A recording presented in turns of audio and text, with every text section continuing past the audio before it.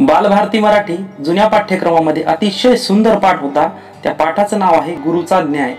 तर मित्रांनो, या पाठामध्ये गुरु किती कर्तव्य कठोर आणि दूरदृष्टीने वागतो याचे दर्शन या पाठात आपल्याला घडते। तर सुरू करूयात। तत्पूर्वी चॅनलला सबस्क्राइब केलं नसेल तर आपले पाठ्यपुस्तक या YouTube चॅनलला सबस्क्राइब करा व आपल्या बालमित्रांनाही कळवा। तर सुरू करूयात गुरुचा न्याय।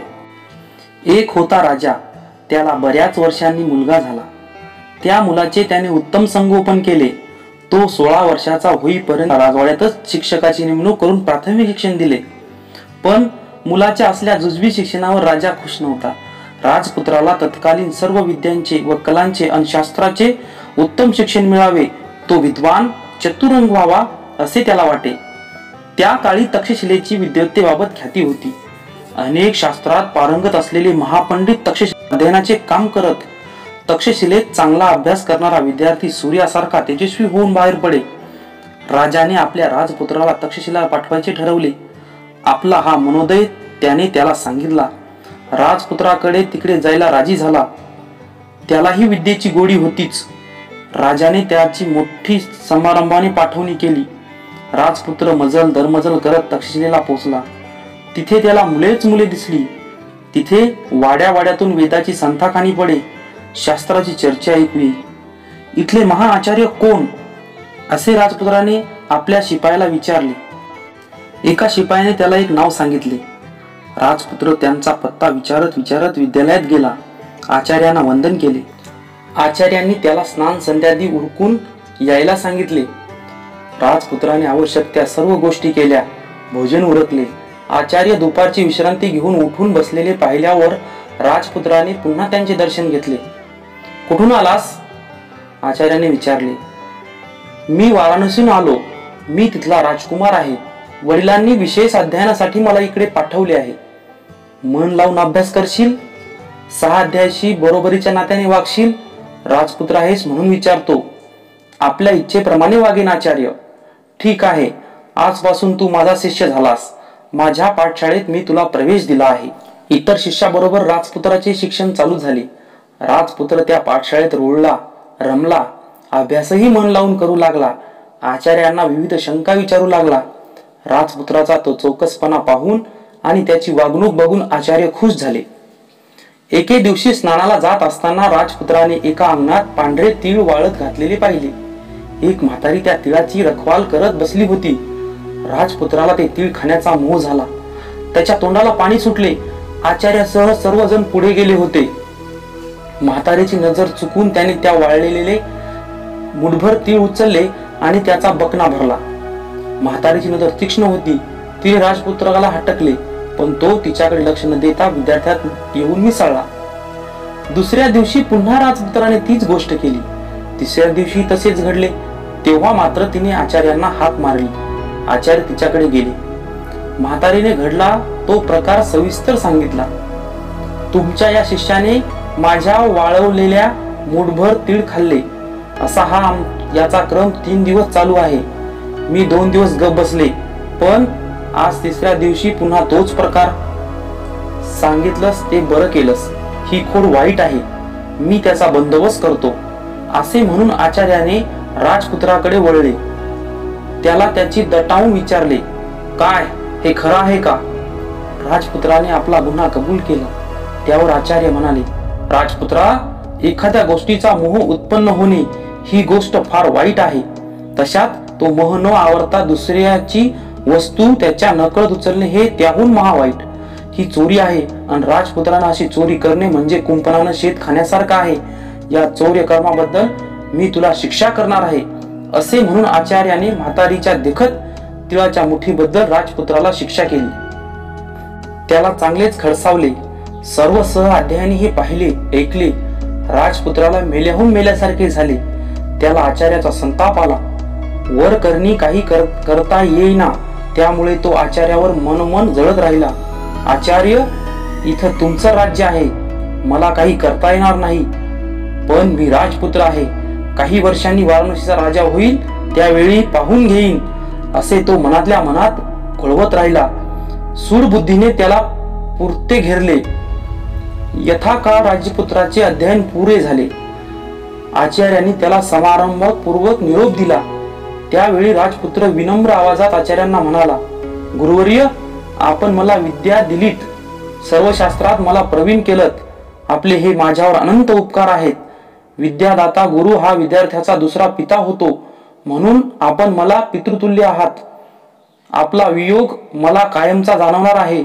इथून गेल्यावर मी वाराणसीचा राजा होईल, त्यावेळी आपण एक वार माझ्या राजधानीला भेट द्या। मला आपला राजेशाही सत्कार करायचा आहे। माझ्या अधिकाऱ्यांना आणि प्रजेला आपला पवित्र दर्शन घडवायचे आहे। ते ठीक आहे रे, पण माझ्या अध्यापन कार्यातून अशी सवड मिळणं दुरापास्त। तू नीती न्यायाने राज्य केलेस की मला सत्कार पोचला? ते चालणार नाही गुरुवर्य, हा माझा हट्ट आहे आणि तो तुम्ही पुरवलाच पाहिजे। ठीक आहे, सवड काढून येईल मी। आचार्याकडून एवढे आश्वासन घेऊन राजपुत्र तक्षशिलेहून निघाला। यथाकाळ वाराणसीला पोहोचला। आपला मुलगा विद्वान होऊन परत आलेला पाहून राजाने त्याचे कौतुक जाहीर स्वागत केले। राजा आता वयोवृद्ध झाला होता। त्याला वाटले, आता राज्यकारभार मुलाच्या शिरावर देऊन आपण वानप्रस्थ स्वीकारावा, आत्मचिंतनात उरलेले आयुष्य घालवावे। आपला भेद त्याने अमात्य प्रधानांना बोलून दाखवला। त्यांनी संमती दिली। लगेच मुहूर्त निश्चित करण्यात आला आणि त्या दिवशी मोठ्या समारंभाने राजपुत्राचा राज्याभिषेक करून सिंहासनावर बसवण्यात आले। राजपुत्र होता तो राजा झाला, सर्व सत्ताधीश बनला। पण 3 मूठ तीळ खाल्ल्याबद्दल आपल्याला आचार्यांनी सर्व समक्ष खडसावल्याचा प्रसंग राजाच्या मनात सलत होता। ती आठवण तो विसरला नव्हता, किंबहुना त्याला ती विसरायची नव्हती। त्याबद्दल तो आचार्यांना जन्माची अद्दल घडवणार होता। म्हणून त्याने नम्रतेचे, साळसूदपणाचे एक पत्र लिहून आचार्यांना भेटीचे निमंत्रण दिले। आचार्यांना ते निमंत्रण मिळाले। शिष्याचे अगत्य करून आले। आपल्या शिष्याची इच्छा अपूर्ण ठेवणे योग्य नव्हे असे त्यांना वाटले। त्यांनी वाराणसीला जाण्याची तयारी केली। समागमे काही शिष्यही घेतले। आचार्य वाराणसीला आले। राजवाड्याच्या महाद्वारात आचार्य पोहोचतात द्वाररक्षकांनी तशी आत वर्दी दिली। राजाने आचार्यांना आत बोलावले। आचार्य त्यांच्या समोर गेले। राजा सिंहासनावर रेलून बसला होता। तो उठला नाही किंवा पुढे झुकलाही नाही। त्याने आचार्यांना या म्हटले नाही की आसनही दिले नाही। तो उग्र शब्दात आचार्यांना प्रधानांना म्हणाला, प्रधान मंडळी हो, हा तक्षशिलेचा आचार्य स्वतःला विद्वान समजतो, धार्मिक समजतो। याने माझा एका राजपुत्राचा पाणउतारा केला, मला अपमानित केलं। त्याबद्दल याला जबरदस्त शिक्षा करण्यासाठी मी इथं बोलावलं आणलं आहे। तुम्ही त्याला अंधार कोठडीत ठेवा आणि योग्य दिवस पाहून याचा जाहीर शिरच्छेद करा। राजआज्ञा कठोर होती, अन्यायाची होती, पण आचार्य डगमगले नाहीत। ते ताठ मानेने उभे राहिले। शिष्योत्तमा, मला 2 शब्द बोलायची परवानगी देतोस? असे राजाला विचारले। बोल, तुला काय बोलायचे ते बोल। पश्चाताप करायचा तर करून घे, कारण तुझ्या आयुष्यात आता थोडे दिवस उरले आहेत। मला पश्चाताप करायचा नाही। मला माझ्या आयुष्याची फिकीर नाही। मी जे केले ते अगदी योग्यच केले। मला ते करणं भागच होतं। ते मी केलं नसतं तर मी माझ्या कर्तव्यात चुकलो असतो। चांगलं वळण लावण्यासाठी गुरुजन ही शिक्षा करतात।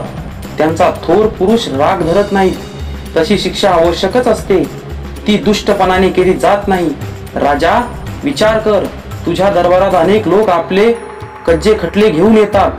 त्यापैकी जे खोटे असतील, अपराधी असतील, त्यांना तू दंड करतोस। हा दंड सूडबुद्धीने करतोस का?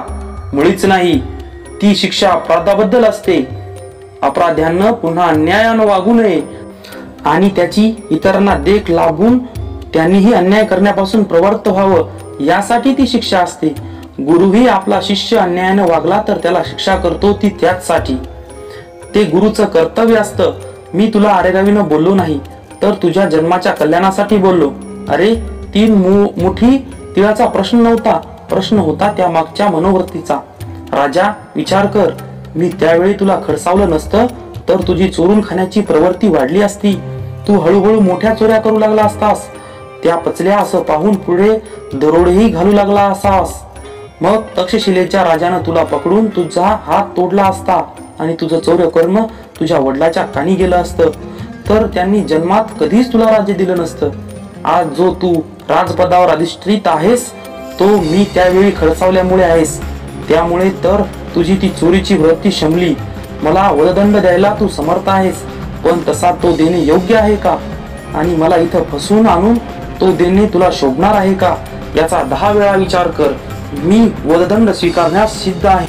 आचार्याचे ते निशब्द आणि सडेतोड भाषण ऐकताना आणि तो प्रसंग पाहताना राजाच्या आधी प्रधान मंडळी रचित झाली. त्यापैकी एक प्रधान पुढे होऊन मोठ्या धीराने बोलला, महाराज, आचार्यावर खुद होऊ नका, भलतच साहस करू नका. एका महाविद्वान आणि पवित्र आचार्याच्या रक्ताने तुम्ही जे हे राजसिंहासन कलंकित करू नका. आचार्यांनी केलं ते योग्य केलं आणि ते तुमच्या भल्यासाठी असं आम्हाला वाटतं. आता मात्र राजा पुरता खजील झाला. त्याच्या हृदयात सद्विचार दाटून आला. आपल्या आत्ताच्या उद्धट आणि असंस्कृत वर्तनाबद्दल त्यालाच लाज वाटली. तो खडबडून सिंहासनावरून उतरला. धावत जाऊन त्याने आचार्याच्या पायाला मिठी मारली. गुरुदेव एवढाच शब्द त्याच्या तोंडातून उमटले. पुढचे शब्द अश्रूत भिजून वाहून गेले. आचार्याने राजाला उठून त्याला हृदयाशी धरले. त्याची पाठ थोपटली. राजा, तू माझ्यावर अन्याय केलास याचं मला दुःख नाही, तुझ्या हृदयात विवेकाचा उदय झाला याचा मला आनंद आहे. गुरुदेव, मी अपराधी आहे, मला त्याचा विलक्षण पश्चाताप होतो आहे. राज्य करण्याचा नैतिक अधिकार मी गमावून बसलो असं मला वाटतं. मी खाली उतरतो. त्या सिंहासनावर आता तुम्ही बसा. वाराणसीचं धर्मराज्य तुम्ही करा. वेडा कुठला, आम्ही आचार्य लोक राज्य करण्यासाठी जन्माला आलेलो नाही. आमचं कार्य वेगळं आहे. तेव्हा मला तुझं राज्य नको, धन वैभव नको, काही नको. तू तरुण आहेस, राजकुलात जन्मलेला आहेस, विद्यासंपन्न आहेस.